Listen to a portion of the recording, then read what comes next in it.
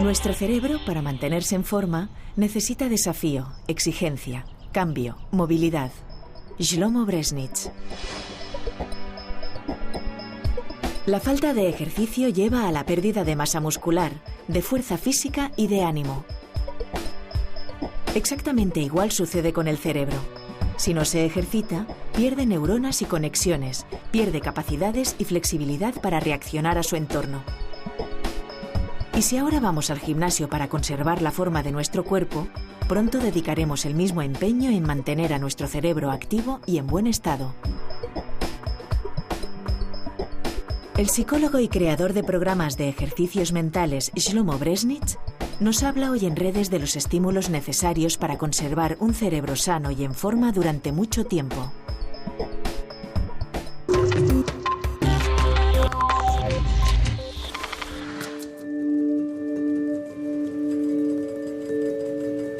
¿Quién nos habría podido convencer hace solo 5 años de que, además de cuidar de nuestra dieta y de hacer ejercicios físicos para cuidar de nuestra salud física, los próximos años íbamos a dedicar muchísimo tiempo a cuidar de nuestra salud mental? Y que para ello nos íbamos a ocupar, de nuestros procesos cognitivos, de nuestra memoria, de la calidad de nuestro pensamiento, gracias a consolas, a programas y a ejercicios sin fin.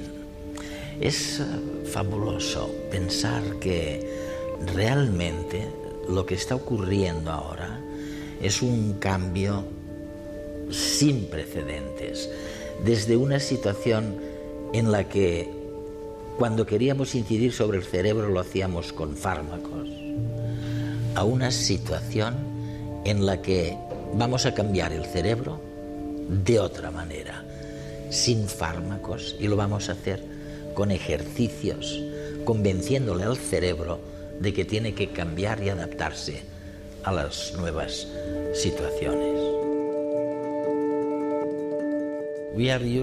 Estamos acostumbrados a manipular nuestro cerebro con fármacos. Por ejemplo, si tienes un dolor de cabeza, te tomas una aspirina o cosas así. Y ahora, científicos como tú venís y nos decís, cuidado, estamos en una nueva era en la que enseñaremos a vuestros cerebros a corregirse solitos, a que se corrijan ellos mismos. Oye, qué bien, pero qué bien lo has descrito. Creo que la diferencia entre los fármacos y lo que comentas es que los fármacos no son nada específicos. Tienen efectos parecidos sobre grandes áreas del cerebro. Y tú nos dices, escucha, aunque eres mayor que antes, te tienes que acostumbrar a los cambios. Al cambio de lenguaje, dices tú, a los cambios del lugar de residencia, a los cambios en tu manera de pensar, a los cambios de amigos. Quiero decir, porque se supone que es bueno para tu cerebro, ¿es verdad? Totalmente. El problema es que se produce una contradicción entre lo que es bueno para la persona y lo que a uno le apetece hacer, porque a la gente, sobre todo a la gente mayor, les gusta hacer las cosas como lo han hecho siempre. El problema es que cuando el cerebro desarrolla rutinas muy fuertes, ya no necesita pensar. Todo se hace automáticamente, con mucha rapidez y eficacia. e incluso en muchos sentidos de forma más rentable. De modo que existe la tendencia a aferrarse a las rutinas. Y la única forma de salirse de la rutina es confrontando el cerebro con información nueva. Para que aparezcan neuronas nuevas, ¿no? Correcto, neuronas nuevas o conexiones nuevas entre neuronas. Por lo que tienes que forzarte a estar expuesto a la necesidad de cambiar.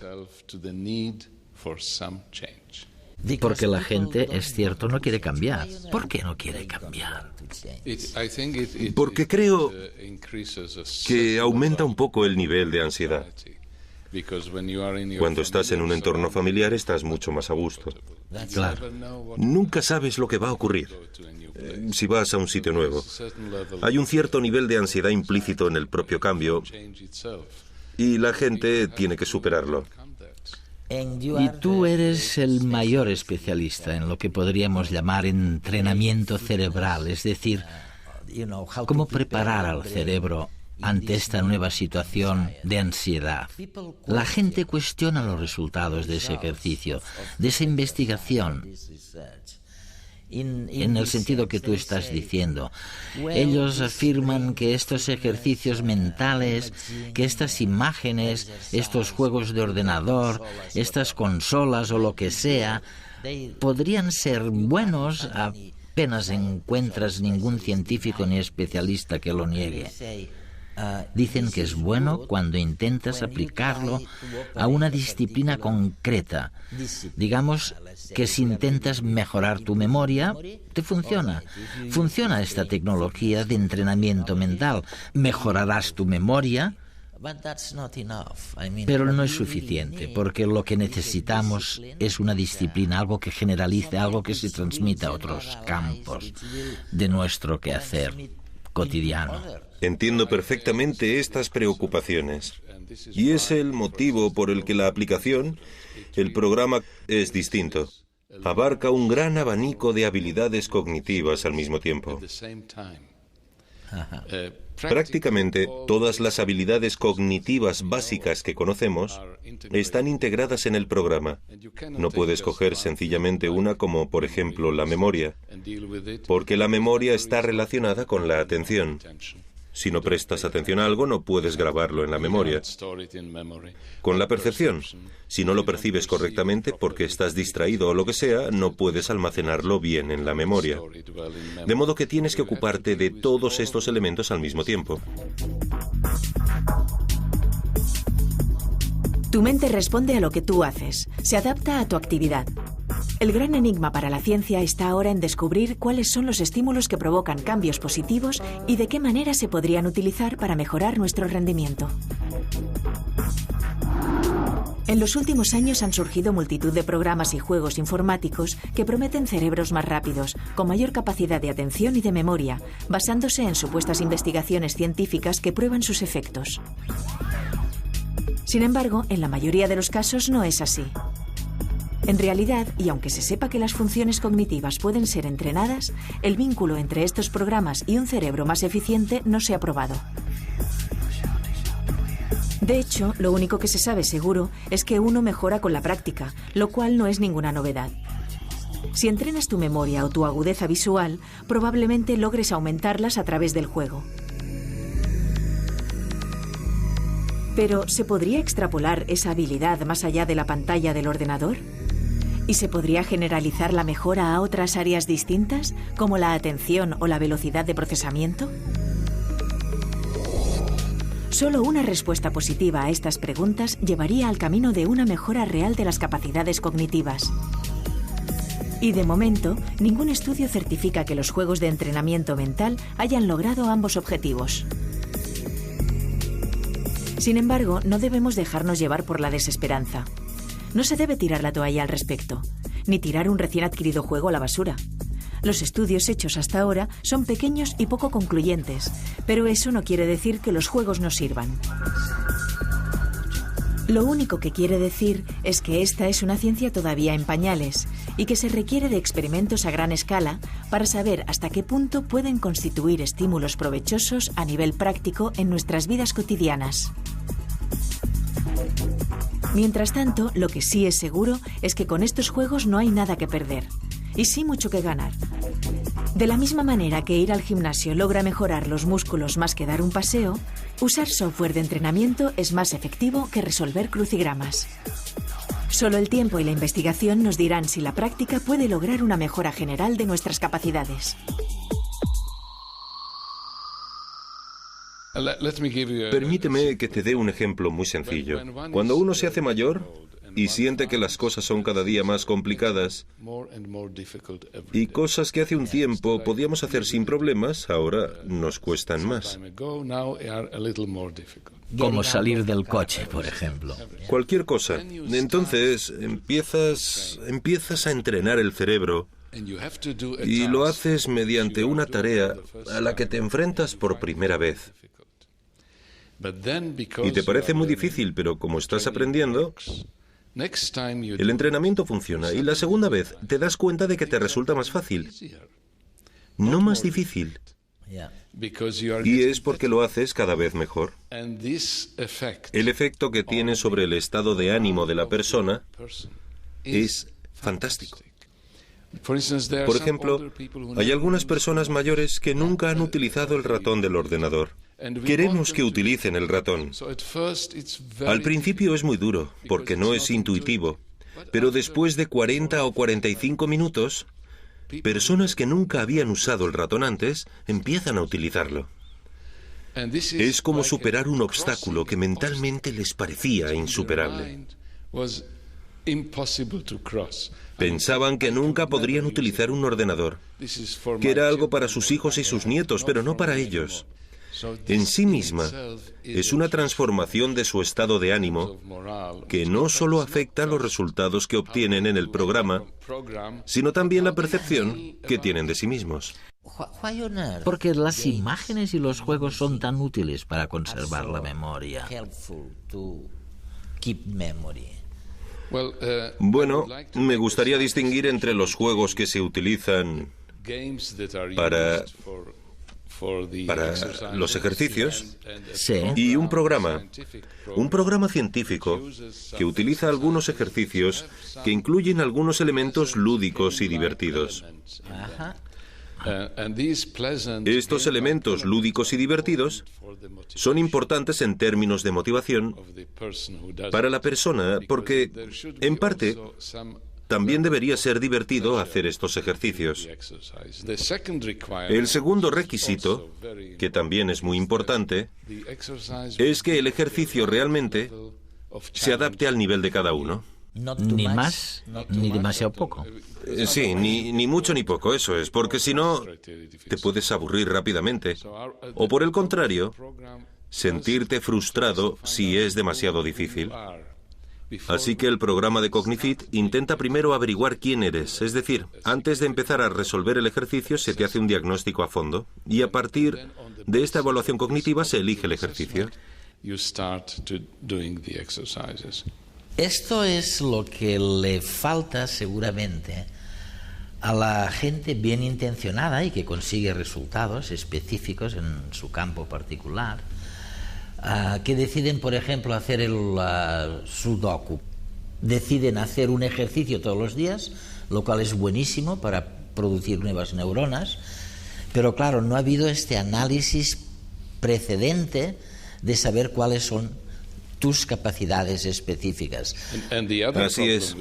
Y el otro problema que tienen juegos como el sudoku o incluso el bridge o el ajedrez, que es más complejo, es que el cerebro es capaz de enfrentarse a ellos a partir de modelos de repetición. Son muy útiles al principio, pero después de un tiempo resultan menos útiles. Los científicos hablan de la mejora de nuestras habilidades cognitivas, pero ¿de qué hablan en realidad? ¿Cuáles son? ¿Las conocemos? ¿Para qué nos sirven? Veamos dos sencillos ejemplos de la vida cotidiana. Situaciones tan habituales como quedar con un amigo para tomar unas cañas o hacer la comida requieren de un montón de instrumentos mentales. Planificación. Anticipa y desarrolla de forma eficaz una tarea. Gracias a ella, sabemos cuáles son los pasos que tenemos que seguir para elaborar un plato, qué necesitamos y en qué orden. Percepción espacial. Evalúa la forma en que los objetos están ordenados en el espacio y cómo se relacionan. Nos permite avanzar por una calle muy concurrida, andando sin chocar con nadie, esquivando lo que está en nuestro camino. Escaneo y percepción visual. Distingue información relevante del entorno y capta el significado de un estímulo visual concreto. Nos ayuda a detectar aquello que buscamos y cuando lo encuentra, lo reconoce sin dificultad. Tiempo de respuesta. Recibe un estímulo simple y responde a él de inmediato. Nuestra mirada busca a nuestro amigo y al detectarle, el cuerpo reacciona y le saluda al instante. Memoria operativa. Manipula una pequeña cantidad de información almacenada necesaria para realizar una tarea. Nos recuerda cómo debemos preparar los ingredientes, cómo cortar, desmenuzar y limpiar. Denominación. Recuerda las palabras y las utiliza cuando se necesitan. Una vez identificado nuestro amigo, somos capaces de llamarle por su nombre. Atención dividida. Ejecuta más de una tarea a la vez. Suena el teléfono y nos permite contestar a la llamada sin perder de vista la comida, evitando que se queme. Memoria visual a corto plazo. Mantiene temporalmente activa y disponible en la memoria una pequeña cantidad de información visual. Nos hace recordar que tenemos bebidas en la mesa disponibles aunque estemos mirando a los ojos de nuestro amigo. Coordinación motriz. Permite la sincronización entre la mano y el ojo. Gracias a ella podemos meter la cuchara en la olla, recoger un poco de lo que se cocina y llevárnoslo a la boca para probarlo. Inhibición. Ignora información irrelevante mientras se realiza una tarea. Nos abstraemos del ruido de la calle mientras charlamos con nuestro amigo, focalizando toda nuestra atención en él. Estimulación temporal. Estima la duración de un evento sin la ayuda de un reloj. Finalmente, podemos calcular los últimos 5 minutos de cocción de forma automática e inconsciente.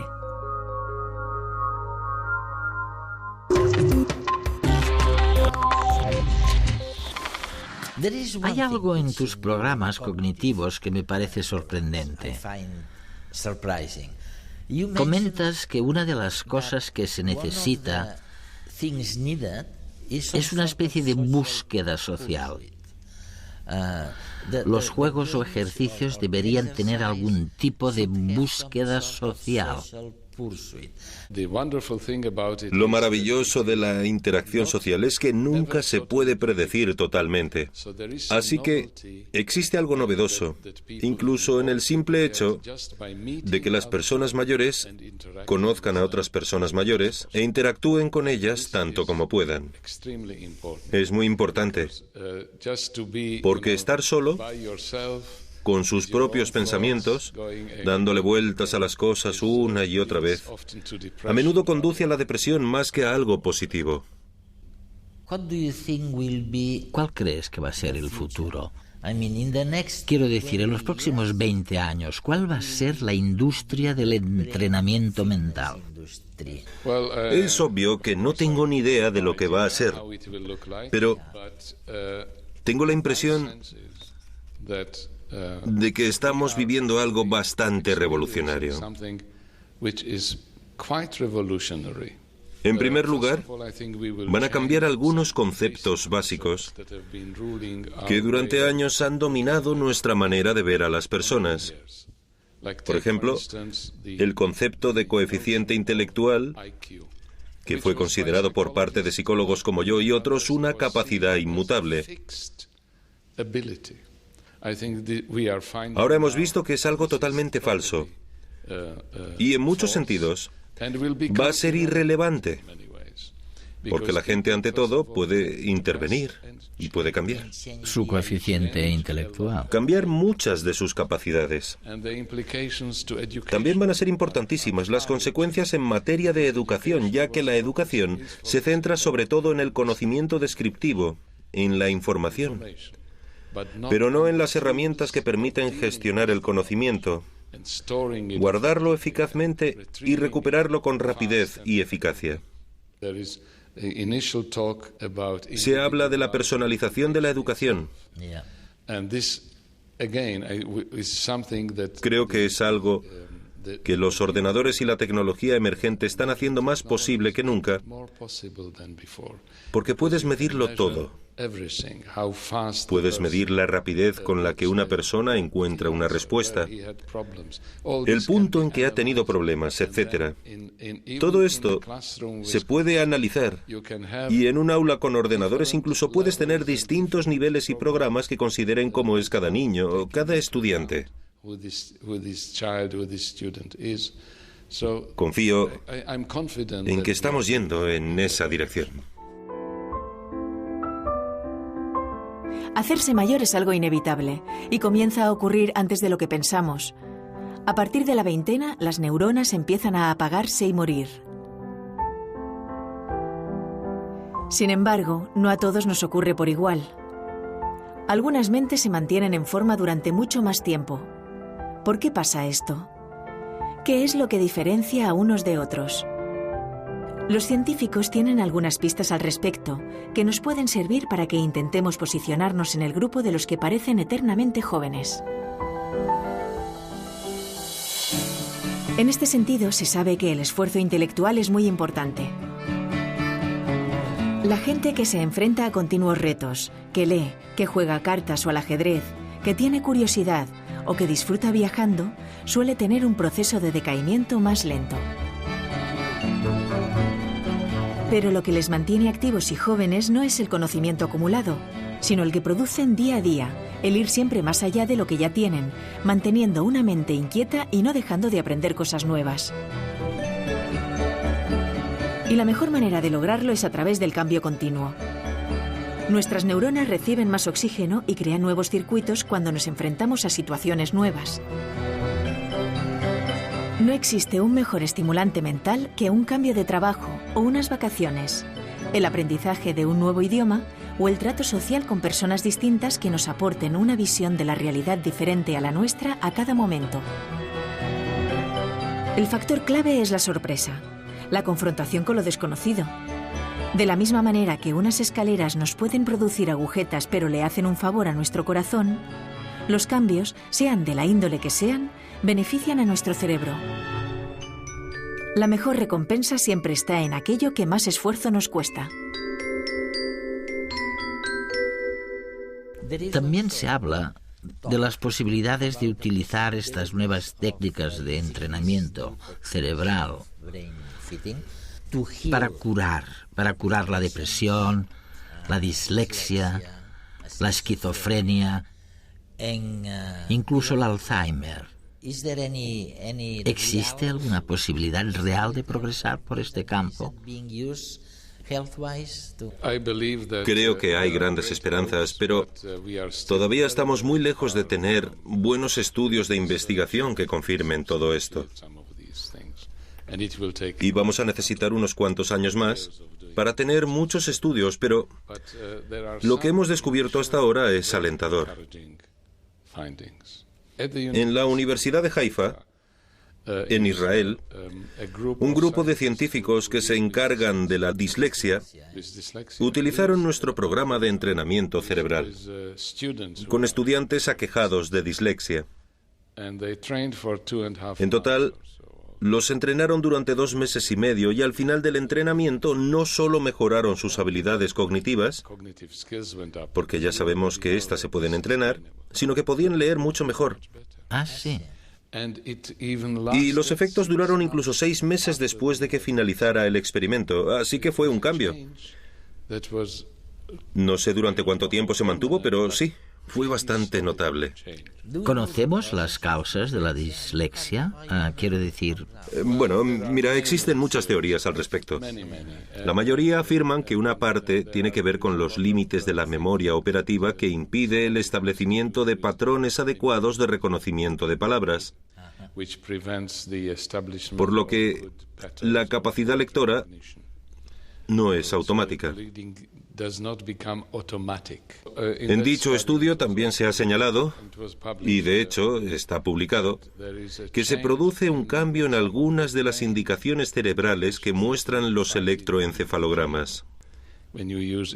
Cuando utilizas los electroencefalogramas con electrodos, hay algo que se llama la onda del EEG, que aparece cuando una persona comete un error.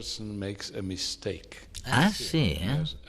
Y parece que el cerebro es consciente de que no es correcto. De que algo va mal. Sí, de que algo está mal, eso es. En los estudiantes disléxicos no apareció esa onda antes del entrenamiento, mientras que en los estudiantes sin dificultades aparecieron ondas muy pronunciadas. No cometen muchos errores, pero cuando se equivocan aparece una onda muy clara. Pero después del entrenamiento no solo leían mejor, sino que cuando se equivocaban eran conscientes. En cierto modo, también habían cambiado la manera de procesar del cerebro. Es prometedor. Cuando miro a mi alrededor, veo que si seguimos el proceso necesario de universalización de las prestaciones como la sanidad, la educación, el ocio, la seguridad individual. Cuando universalizamos todo esto, Sí. resulta que el sistema tiende a venirse abajo. Si no haces nada, colapsa. Y una de las pocas cosas que puedes hacer para evitarlo precisamente es lo que sugieres: incrementar radicalmente las políticas preventivas. Correcto. Políticas como ocuparte de tu salud mental y preparar tu cerebro para que el cambio no necesite luego de las prestaciones sanitarias que ahora son indispensables. Sí, la prevención es el reto principal, porque, por un lado, es lo mejor que podemos hacer en términos de inversión para la sociedad y la persona, pero, por otro lado, es muy difícil convencer a la gente de que invierta en prevención, porque siempre creemos que no nos pasará a nosotros. Es muy complicado, pero realmente creo que es el deber de nuestra sociedad actual invertir cada vez más en prevención. El problema es que no se ven los resultados de forma inmediata. Y los sistemas políticos se mueven por el corto plazo. Por eso es muy complicado invertir en algo cuyos resultados obtendremos solo mucho más tarde.